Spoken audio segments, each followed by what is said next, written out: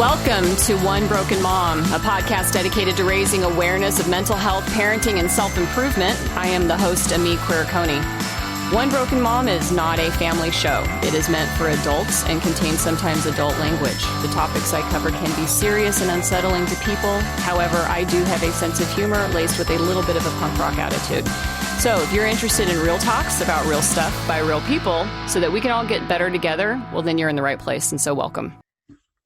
Okay, welcome back, everyone. I'm going to start off today by saying right out of the gate that the timing of today's interview actually couldn't be more fitting.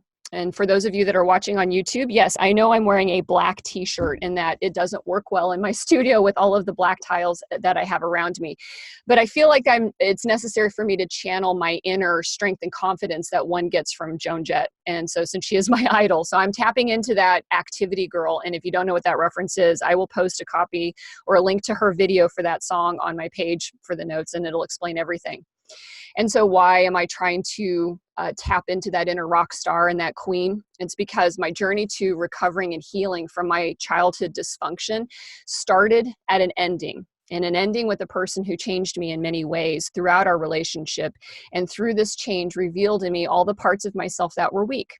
And what is great is when you have epiphanies is that sometimes you get to pat yourself on the back, do the work to become a new person, or rather the person you were always supposed to be, and then tra-la-la-la, run off into the sunset and live happily ever after. But what's not great is that in reality, leaving relationships where deep-seated mental health conditions factor into it don't always go so smoothly. And so today, my mettle is being tested, and so is the 2 years of therapy that I've been doing.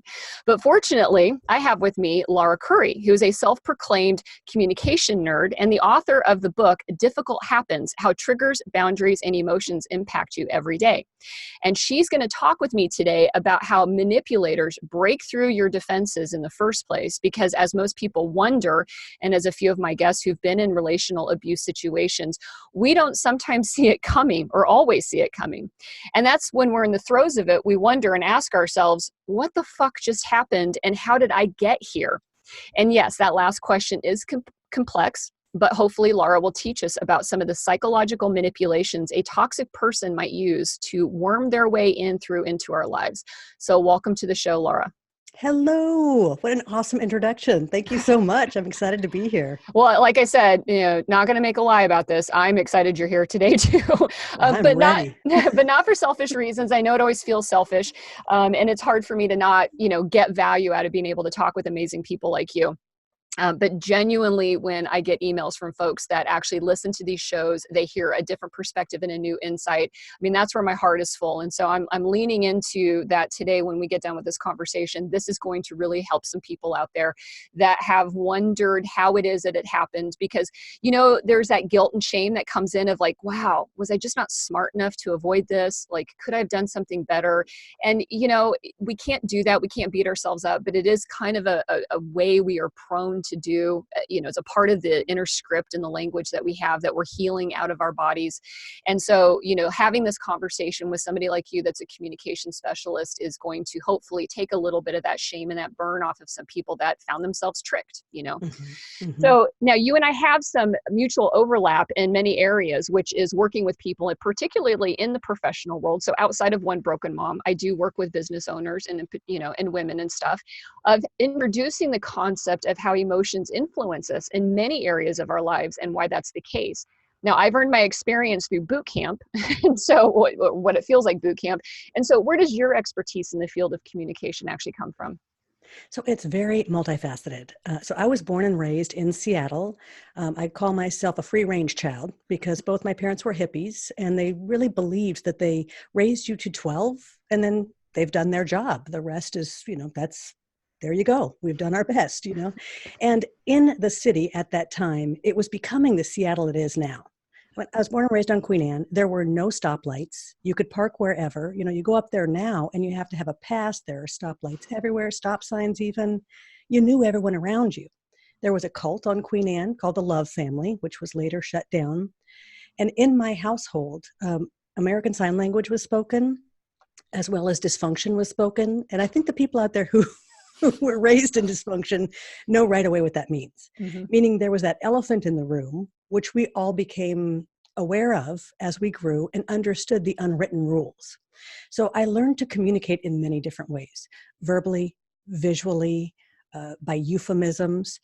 And unfortunately, at that same time, I had lost 15 friends by the time I was 15 to murder, suicide, and drug overdoses. Wow. It was a very strange time in the city. The Green River Killer was at his prime, and my roommate was actually the last known victim of the Green River Killer. Oh my gosh. Yeah, and so it was basically, I just lived my entire early childhood in fight, flight, freeze, or fawn. Those were the only things that I knew, and it was completely normal.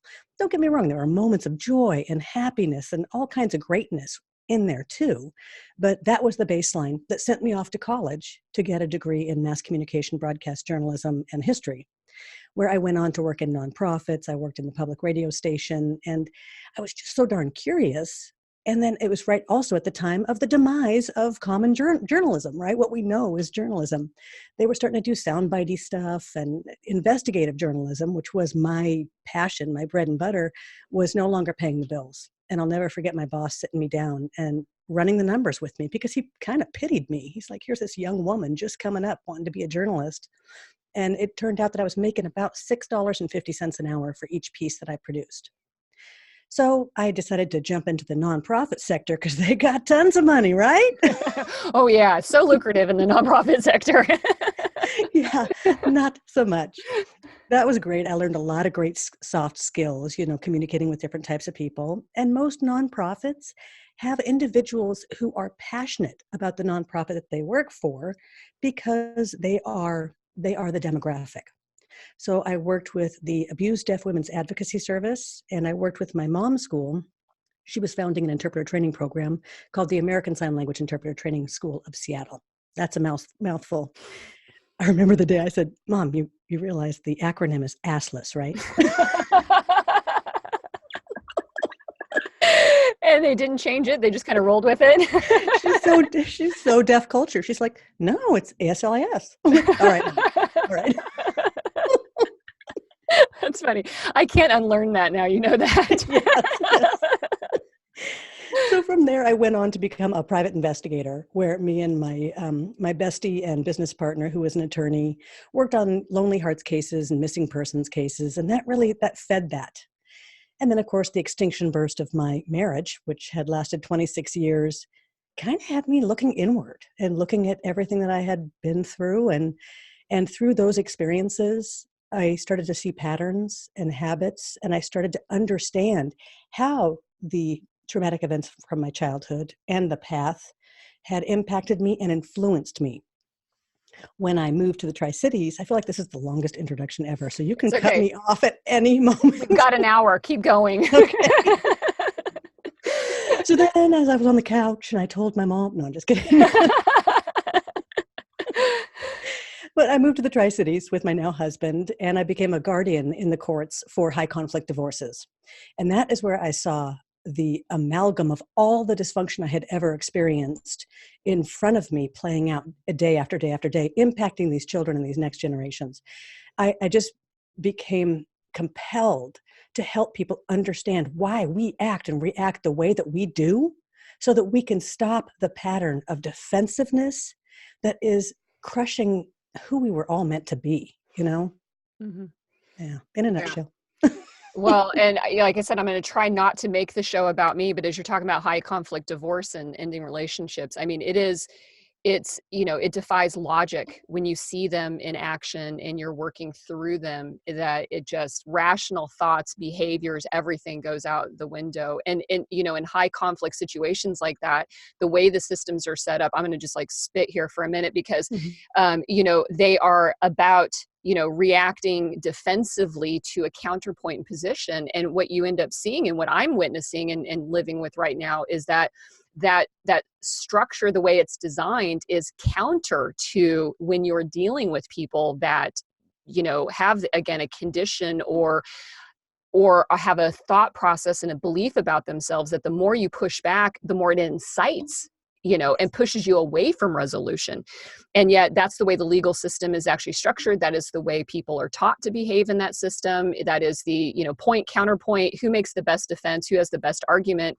And yet that can keep people spiraling forever and endlessly, with no clear resolution. And then when you talk about your experience with having children involved in that, Jesus, the trauma that gets inflicted on these kids because you've got, perhaps a narcissistic parent who's just, will fight till everybody ends, not to see anything that's got a rational conclusion and everybody can go along, with their lives and stuff. So, knowing that manipulators are not just those partners, right? They're not just our husbands or wives or our girlfriends or boyfriends, but actually can crop up everywhere around us. And you've seen that in your experience as well, right? Oh, absolutely. Absolutely. And 3 quick things. Mm-hmm. I'm going to say 3 quick things, but that you said about that. I'm sorry, 3 quick things about what you just said. Number 1, in the court system, a lot of times you're someone who has never been heard or seen, not for who you are, especially during a difficult divorce or when you've experienced some kind of trauma or dysfunction. And the court system is not about getting you seen. So when you're trying to say, no, you don't understand, he does this all the time, or he said this, or this happened, the legal system is facts only. All they care about is facts. And they will actually just eschew what you're saying if it's more emotion. So trying to explain that to people, and they're like, how can you be talking about just facts when I'm talking about custody of my daughter? You know what I mean? Mm-hmm. So that's one thing. And the second thing is that we have echoes from not only our trauma, but from our parents' trauma. What I mean is, if your dad has massive money issues, right? And he's walking around and money doesn't grow on trees, and well, you better eat all of that because there are starving people and yada, yada, yada. That's his echo that is impacting you. So that also plays into it. And then when it comes to dysfunction, man, we can smell our own and we attract our own. And oftentimes we find ourselves doing the same dance with the same archetype over and over and over again. Yeah. And again, it's why I have a whole podcast. That's right. Right. And like I said, when I talked about the question of like, how did we get here? How did I get here? That's that you're raising the complexities of that it's not just that somebody said the right words and all of a sudden, well, here we are and, 7 years into an abusive situation. It is all of those things. Like I got here because I chose to take a left turn down a path that was going to lead me here. It was an inevitability, but then also how did it go to where it's at? And so, it is definitely a complex and, scary place for people to try to navigate, which, like I said, I meant that jokingly, but seriously, that's what the whole crux of everything that I do now is to hopefully shine those lights on where people, find themselves in those situations. Now, so let's talk about, the manipulators. We bring them into our romantic lives, but then we also just run into them in business. And I know personally, I've attracted them to me romantically. And I've attracted them to me in business, and then it was easier for me to treat them differently than my romantic partners. So do we respond differently to to all the manipulators, depending on which bucket we run into them in our lives? Oh, absolutely. Absolutely. So there's like a 3-tier dynamic, and I call it the power, peer, or pupil, the 3 Ps, because I love alliteration, first of all. But if they have power over you, you're going to respond in a certain way. So I talked about the fight, flight, freeze, or fawn. Right? Like, yeah. And oftentimes when we were raised in dysfunction, if someone has power over us, we will start with freeze and just wait and see if, the eye of Sauron is still on us. And then we go into fawn, meaning, I think of like the Stockholm syndrome, where, okay, how can we please this person that has power over us to mitigate the damage that's going to happen to my psyche or to mitigate the damage that's going to happen to me? Now, I say this, and it's all subconscious. It's not like we're sitting down with a little notepad saying, oh, right, what is the best situation here that I can, how can I react and respond? And da, da, da, da. And we look into our past. How have we reacted in the past that has kept us the most safe, either emotionally safe or physically safe? So that's if someone has power over us. When it comes to a peer or someone who we see as our equal, we see where we can push, where we can, what our dance is going to be, especially if you're still stuck in dysfunction. It's like, okay, how am I going to dance with this person so that we can both be status quo? We can both be equal. Usually manipulators and people who have gone through traumatic things or who are dysfunctional are extremely perceptive. We can pick up on emotions and cues that we don't even know we're picking up on. So that's how we deal with people who are on the same level as us. And then people who we may view as pupils or who are below us, there are two reactions. One, that we may want to protect them, and in doing so, kind of parent the child that we were and kind of work through some stuff subconsciously, or we may want to take on that power position and get top dog first. So it really depends on how we personally are. And I know when you were on the podcast, and I had so much fun, that was episode 79 and 80 of the Difficult Happens podcast. One of the things that we talked about was the conflict personality type. I'm a pleaser. I often am besties with perfectionists. There are victims and avoiders as well. So it depends on what your conflict personality type is.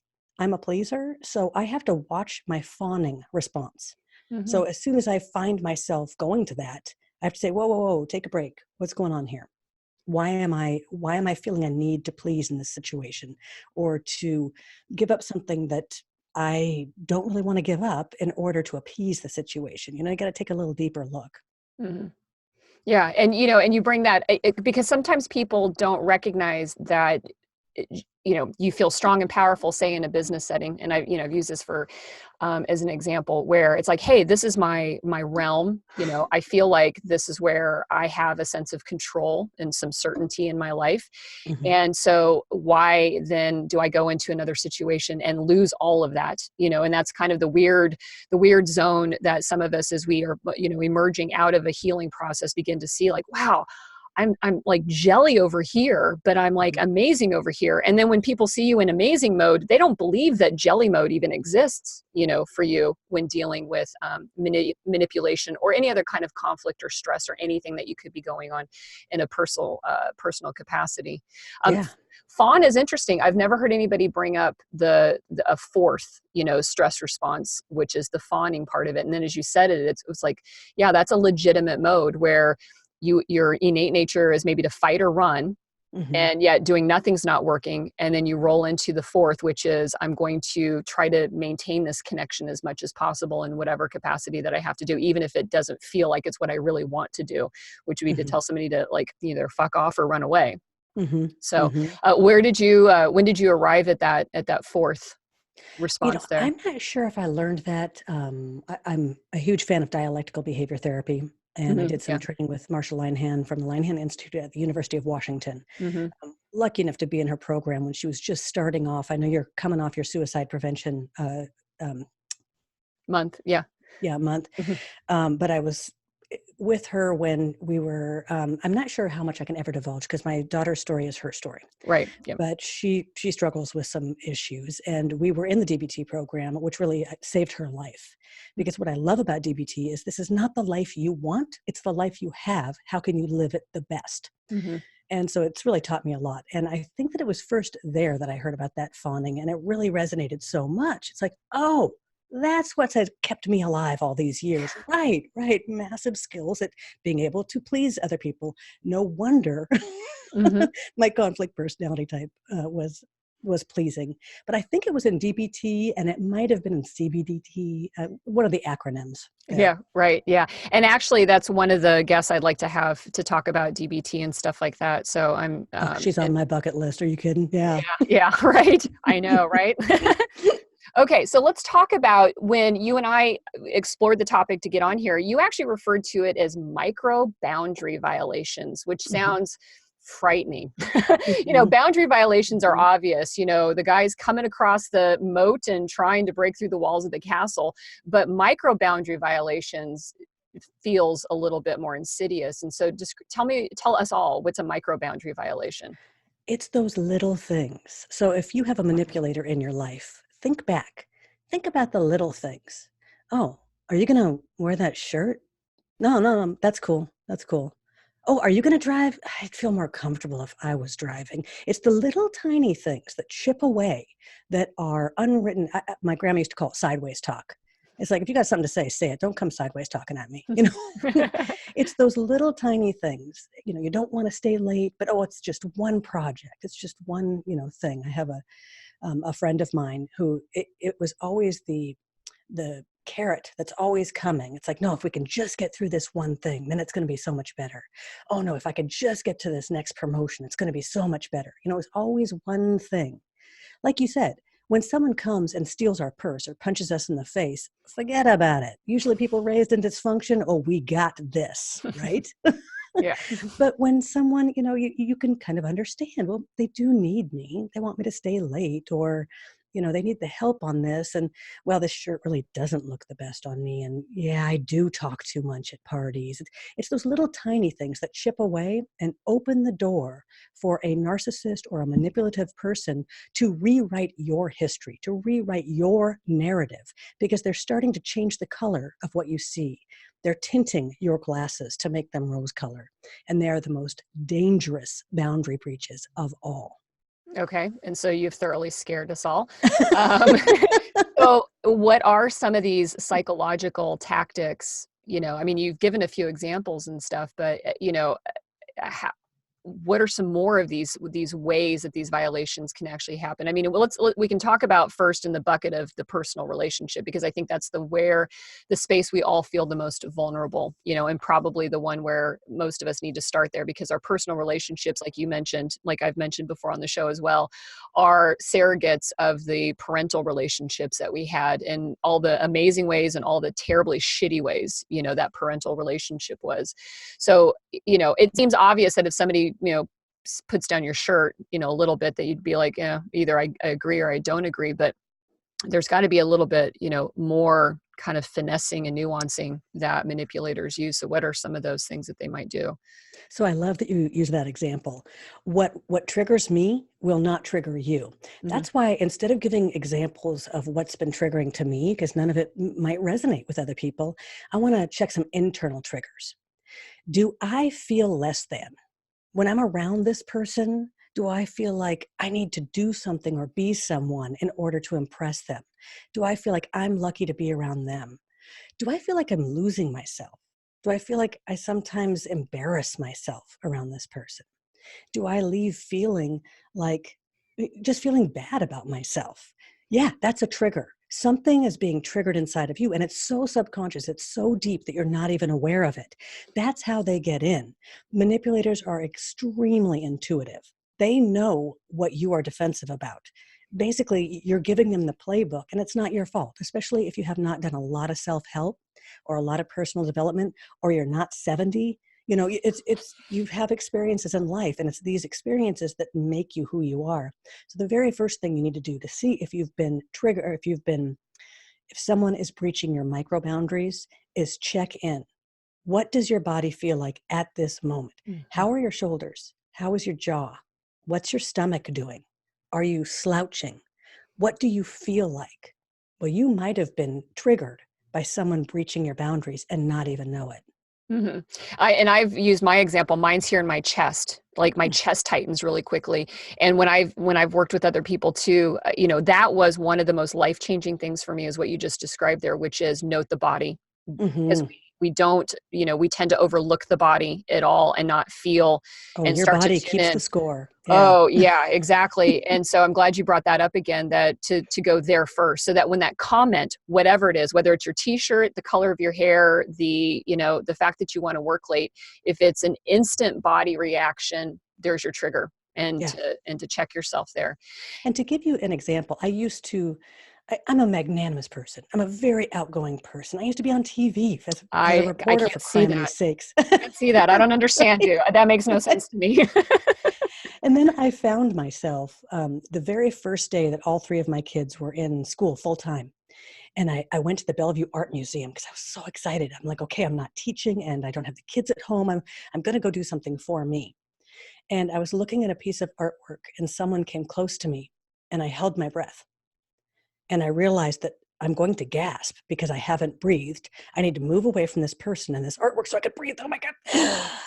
And it was that moment that I was like, who are you? The old Lara would have started a conversation with this person. The old Lara would have been different. And that was the very first trigger for me to realize something's not right. You're not who you are. Mm-hmm. So how do manipulators know that you have triggers? I mean, what have you seen in working in the field of, communication? How do they figure you out if you don't know what your triggers are? By inches. Oh, they're so good. It's always slowly. They know when they've gone too far, and then they'll do a little of what a lot of people call the honeymoon phase. Let's say they go too far and you get a little bit pissed and you stand up for yourself, right? Because you start to feel that army coming over the hill. Then all of a sudden they do everything right. They compliment you. They make you feel good. They take you places. And this can be a boss too. Mm-hmm. They give you the best projects. They talk about you in meetings. They fawn over you, and then they'll try again. They'll try something else. They'll try maybe coming in sideways on this side. And oftentimes we tell them what our insecurities are by when and where and how we apologize.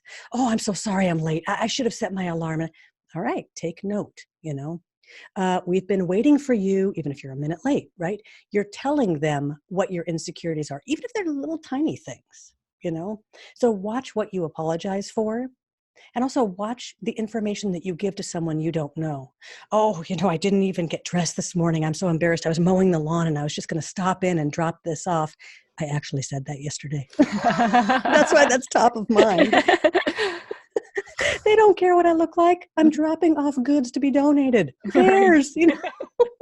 But I told them that I was insecure about the way I looked. Right. So if she was a manipulative person, she would have said, oh, no problem. I would, whatever. I would have been more than happy to stop by when you were more presentable or whatever. But, we tell them. So know thyself. Get to know yourself. Look at the hard things. Why are you insecure about that? Why do you feel bad about that? Is this a habit of apologizing? Knock it off. Right. Right, right. So since we're on the topic of then communication here, let's walk through, do you have any phraseology that we should be listening for and when we're having conversations with people that might tip us off, especially in the early days? I mean, because the best offense is a good defense, right? Or is that the other way around? The best defense is a good offense. Well, we don't want to be offensive. So when we run into somebody and maybe that first trigger goes off and are like, ooh, my spidey senses just tingled a little bit with this person.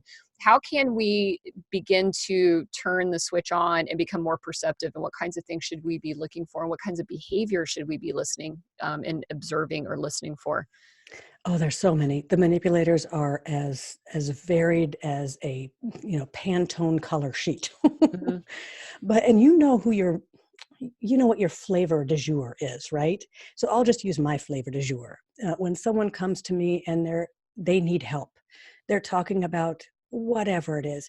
Man, I can't make my car payment this month. My kids are eating top ramen for a week, and I just feel so. And they're sharing with you something that doesn't belong to you, and maybe you just aren't friends like that, right? When someone comes and they're complaining about their situation or what they need, and they've got a check coming in, it's going to be coming, but man, if they could just get through this week, right? If you're a pleaser, or if you're triggered to respond or triggered to help them, and I don't even mean financially, right? Because first of all, these manipulators, they want your emotional support, because once you have emotional buy-in, that's when they can get into your pocketbook. So if you're like, oh, well, I'll watch the kids this week. If you need a break, I can come over and help you clean. Well, I can give you a ride to the doctor. Whatever it is, that's going to be a trigger for you. First of all, you're not friends like that. You're not her mom. She's oversharing with you, and you're not responsible. So one of the things that I have found helps to combat this is twofold. A lot of manipulators don't know they're manipulative. These are other dysfunctional people who have learned dysfunctional communication patterns. Sometimes just snapping them out of it, you can both have a better relationship by understanding, oh, we've had dysfunctional patterns. Let's both be better than that. Let's both work towards a better communication pattern. So the first thing you can do is ask questions. I freaking love curiosity. Probably why I find this this work, journalism and being a PI and all that stuff, so fascinating, because ask questions. Well, that's really hard. What are you going to do about that? Well, that's a real struggle. What in your life led to this point? Well, how do you feel? Are you taking care of yourself? Whatever the questions are that make them think a little more introspectively. And another thing, if you've got your spidey senses and you don't want to do any caretaking of any kind because that may be your dysfunction, you may be codependent, you don't want to fall into that, just repeat what they say. Man, I don't have any gas money. You don't have any gas money. Yeah. Oh, the kids are eating top ramen again all week. Ugh, top ramen, yeah. Just repeat back.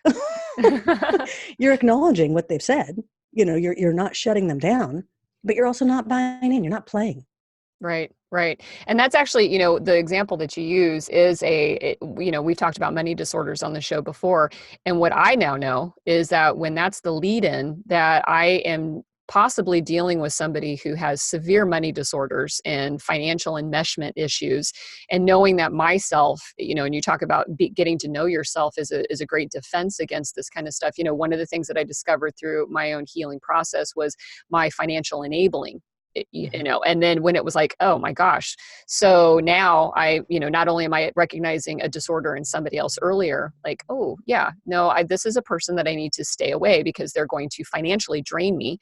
And also then knowing, oh, in the past I used to, want to be helpful because of that innate sense of, I need to establish connection and maintain connection because of codependent tendencies and things like that. So now, so you said some manipulators don't know that they're being manipulative, but what about the sociopathic ones that do know they're being manipulative?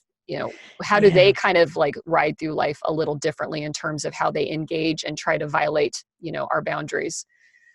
So sociopathy and narcissistic sociopathy, which is like the most dangerous kind, these are people that you need to red flag, paint some big mark on, and get the hell away from.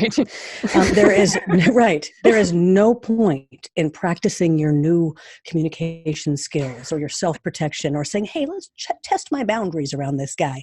Hard no. You just got to break free and you got to get the hell away from them. And that might cost you. But in the long run, the gift of freeing your life from this toxic individual, it will pay you back tenfold.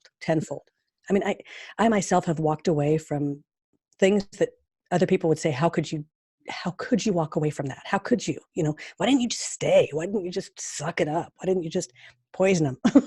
Or whatever. And I have friends who it's like they've been maligned for leaving a very toxic situation.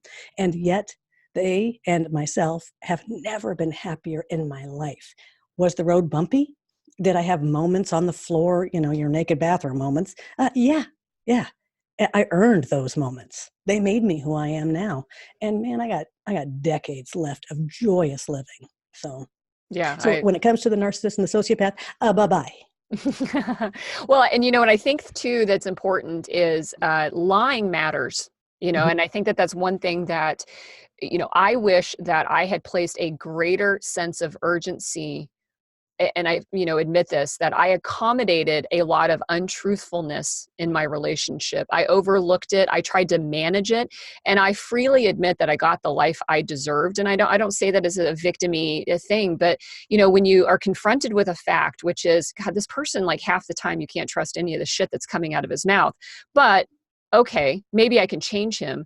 Lying is a huge red flag, I know sometimes we probably communicate out of discomfort when we're meeting somebody, and we might not be as truthful in the beginnings and stuff. But I feel like once somebody has consistently shown you their colors, which is that they have zero issues with shading the truth regularly, that's a toxic manipulative person. And when we talk about being a sociopath, that means you're breaking the rules of society, and lying about things or trying to steal or thieve is breaking the rules of society. And that's where the sociopath label gets to be planted as a sticker on someone's forehead.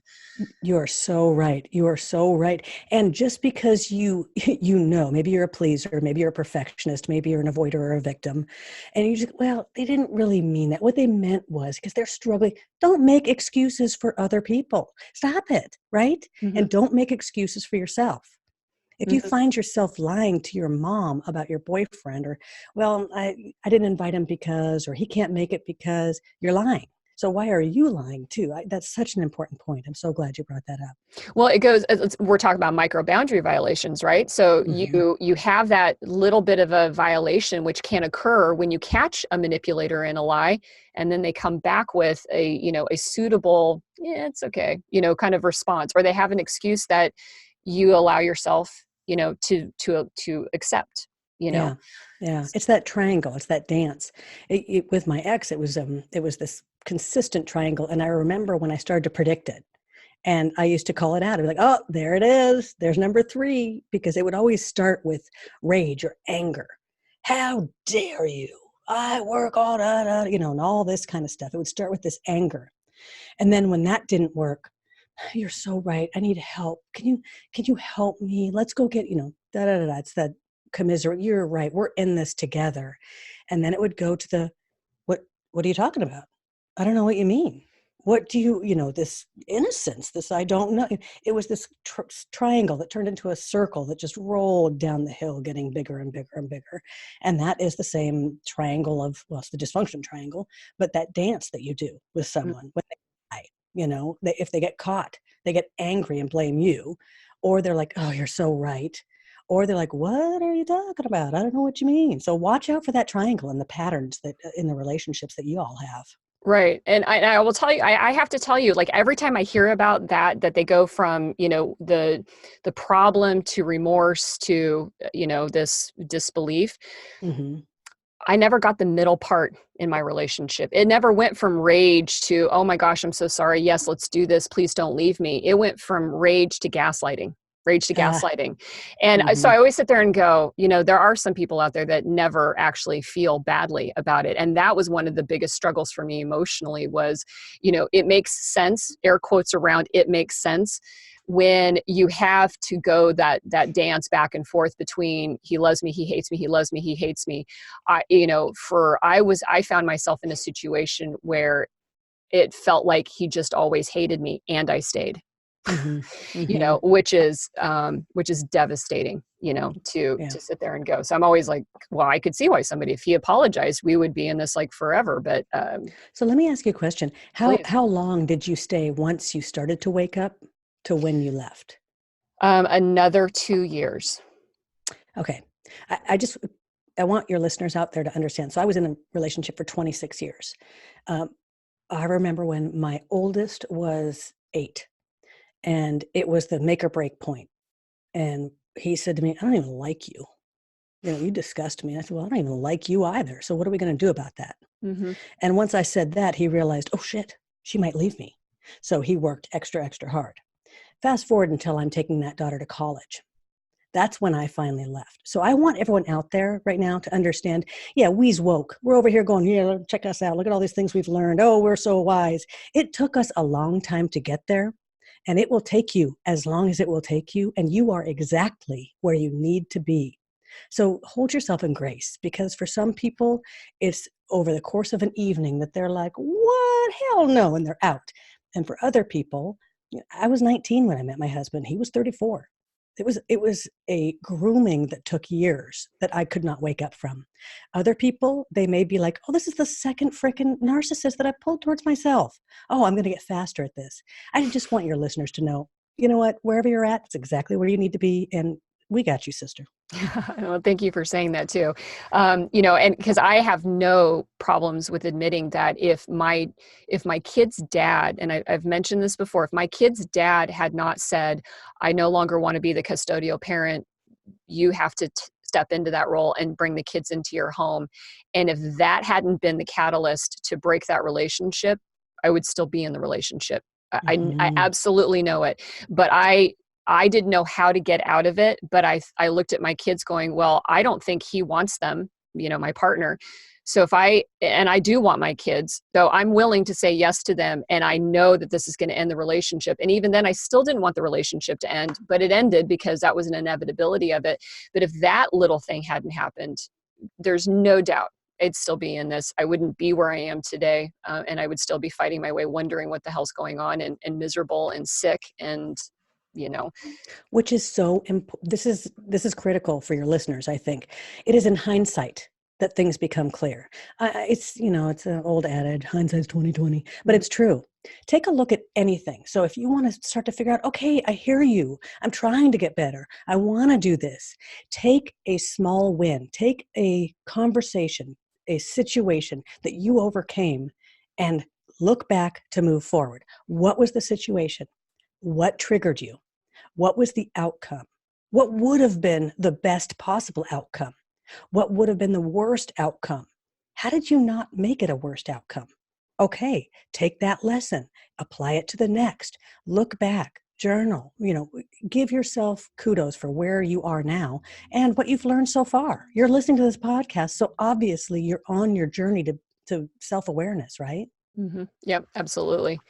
Now, you bring up a word, grooming, because Mm-hmm. I want to go back to that, because I don't want to dismiss what you just said, because what you just said is invaluable. And again, thank you for that, and for people listening to that. Don't beat yourself up when you're struggling to get out of these situations, because it is hard. And one of the reasons is because of the grooming. We were groomed typically as children unintentionally. Again, that's the craziness about this, right? Is some people do this subconsciously, that they're manipulating everyone around them because they don't know any different. And then there are the people out there that are intentionally grooming and manipulating because they do know the outcome that they want. And those are the scary, MFers that we want to avoid out there. But when we talk about, again, these boundary violations, that is a grooming process of identifying, right, of where your limits actually are, or identifying the absence of boundaries, that we may not have. So let's talk about what a boundary is, right? Because if we're grooming somebody, if you have boundaries in place, that makes it harder, right, to be groomed. So what does a boundary look like if somebody's been boundaryless? How do they start one? What's a good one to begin with? I think my favorite one, and the one that I took a long time to create brick by brick, was the boundary of myself, meaning what my thoughts are and what my beliefs are outside of what other people's thoughts and beliefs were. Because I used to love to be the debate, to play debate, because I could see both sides. I could talk up both sides. I could defend both sides.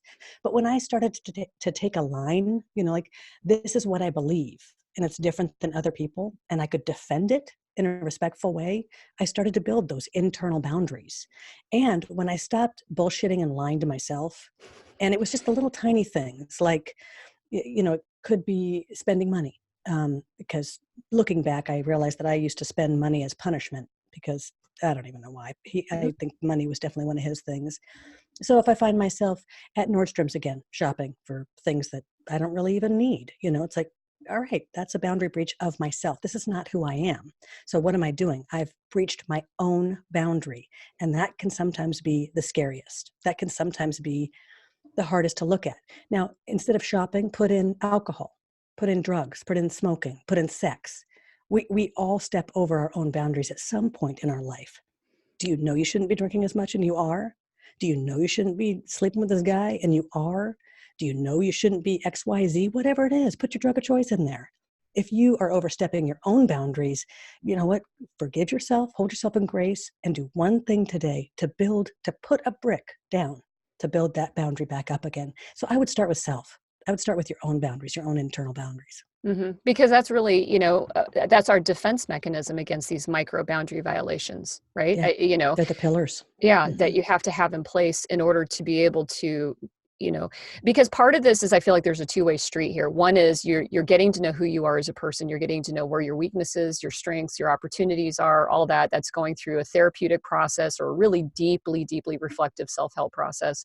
But for some of us with real, I sit there and I say, if your circle of people has consistently been very toxic, therapy is probably what you need to kind of like add into your bucket of change. That it'll be very difficult to do this just on a self-help, just read some books and go. And I'm not saying that it's not possible for some people, but I think the more toxic your history, the more toxic the relationships that you have, the more I'm the advocate for go get somebody trained to help you. Maybe it's DBT, maybe it's cognitive behavioral therapy, somatic experiencing. There's so many good modalities out there to be able to start to search and understand your inner trauma there.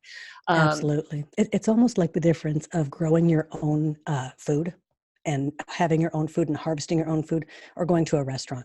You can do it, and you will lose crops, and you will, go hungry some nights, or you can go to a restaurant and get exactly what you need. That's what therapists are for me. Yeah, yeah, for sure. And I believe everybody listening right now kind of gets that, as well. And sometimes a show like ours, yours and mine, are like a first step, to saying, okay, that's why I always advocate it. Like if you're listening here and you're still feeling like, ugh, well then, I highly recommend that you find somebody that can kind of help to do that. So you're sitting there doing your know thyself at the same time and learning how to build a boundary. And then at the same time, you have to still be on guard and defensive because you're defenseless for this period of time, in there. And is there anything that if you're in that vulnerable, defenseless state between, searching out what your boundaries need to be and building your boundaries and also making sure you still protect yourself from people that seek to violate it?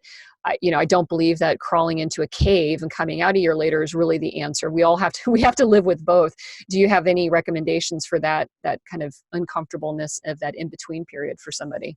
Absolutely. And I call this the schoolyard parking lot.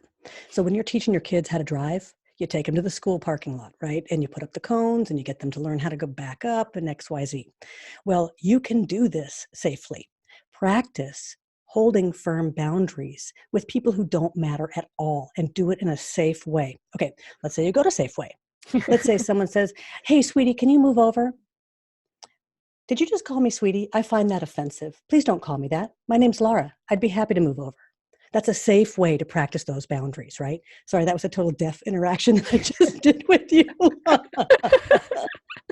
I'm like, I will sign this over here too. Right? And I feel like I should turn to the left for everybody watching here.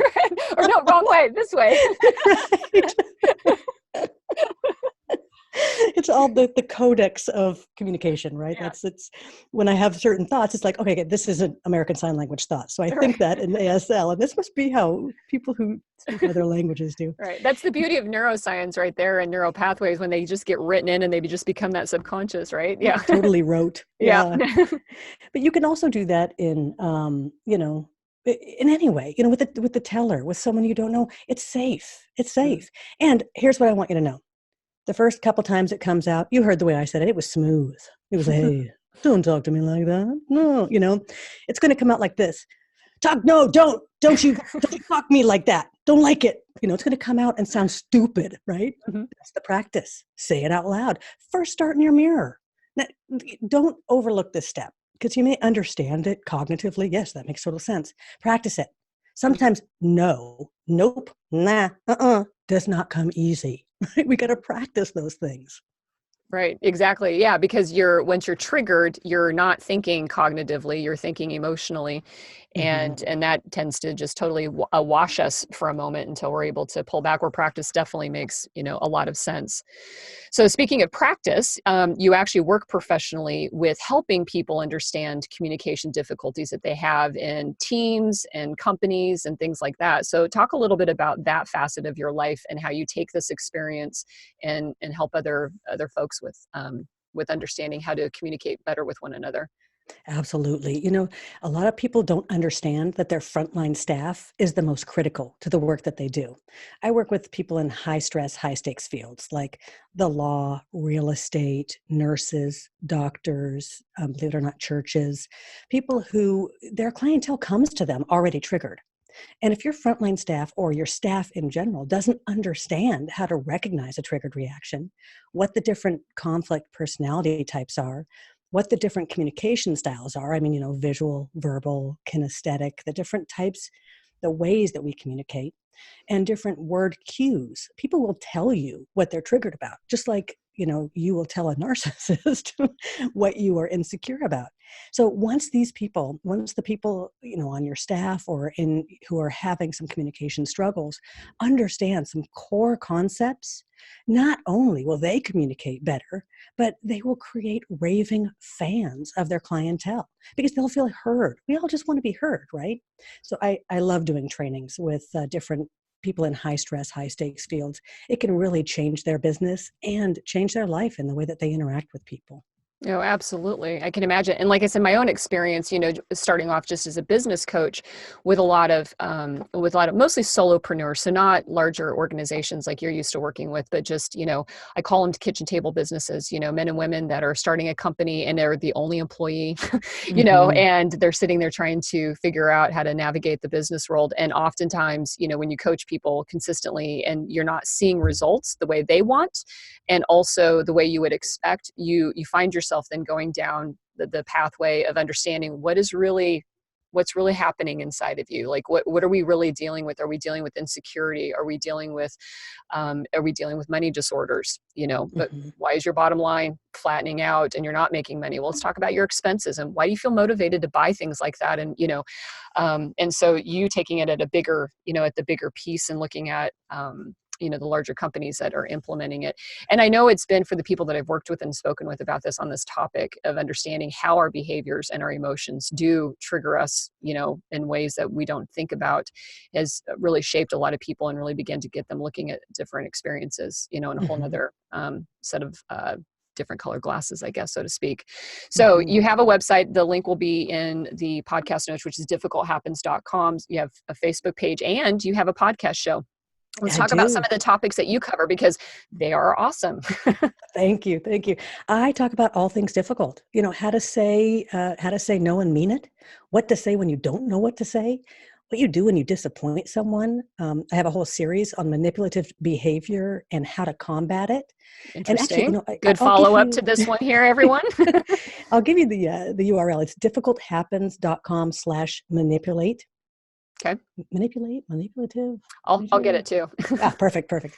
But yeah, we need to be able to verbally defend ourselves, but we also need to know why the word choice. It's almost like we all do speak a different language, and we need a codex, a Rosetta Stone for how we speak so that we can teach other people how to speak to us, right? Hmm. Oh, absolutely. And I have no issues with any of you listeners of, the link to that episode will be in this show because, I believe Laura and I are here on the same path, which is we have a history, we have, an insane amount of curiosity in our world around us. We have both learned so many different things in our experiences. And then it just makes sense to people like us, share it. Get it out there, help other people with it and stuff like that. And so following up this episode with jumping over to Lara's podcast, Difficult Happens. And again, it's on all the podcast platforms that One Broken Mom is.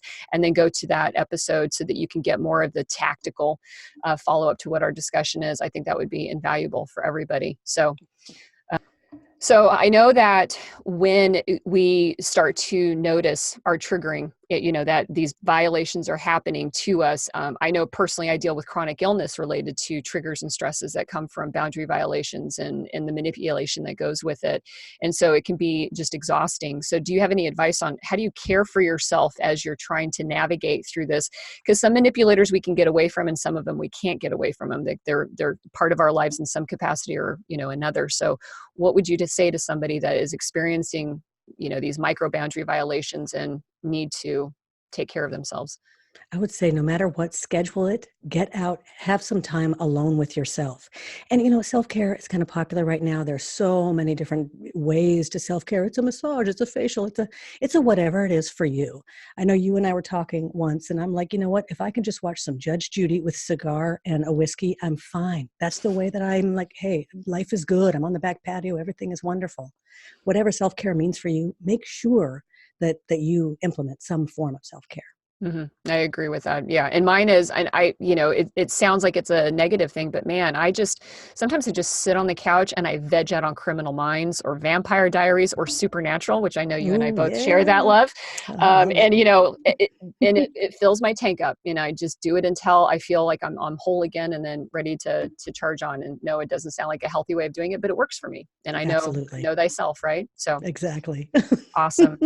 Well, Lara, it's been great talking to you again because, like she mentioned at the beginning here, I am a guest on her episode, one of her episodes as well, and Difficult Happens. And so this has been another incredible conversation. I really like chatting with you, and I appreciate you taking the time to be able to do this and to share your expertise and information about this because there is just a small facet of the complexities where we find ourselves, especially if we are driven at a subconscious level until we know to be guided into situations with certain types of people and certain toxic situations to start to recognize them, navigate navigate our way out of them. I call it sometimes, dipping the oar in the white water, and learning how to shift it a little bit to be able to pull ourselves out to safety. And so every time I get an opportunity to speak with somebody as knowledgeable and as experienced as you, I'm so stoked about it. So thank you so much. Absolutely. This was an absolute pleasure. I have so much fun nerding out with you. Awesome. Cool.